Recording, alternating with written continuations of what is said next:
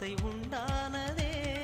காதல் என்ற மந்திரத்தின் மாயம் என்ன, கல்லும் முள்ளும் இப்போது பூவானதே. வானவில்லின் துண்டொன்று மண்ணில் வந்து யாருக்கும் சொல்லாமல் பெண்ணானதே.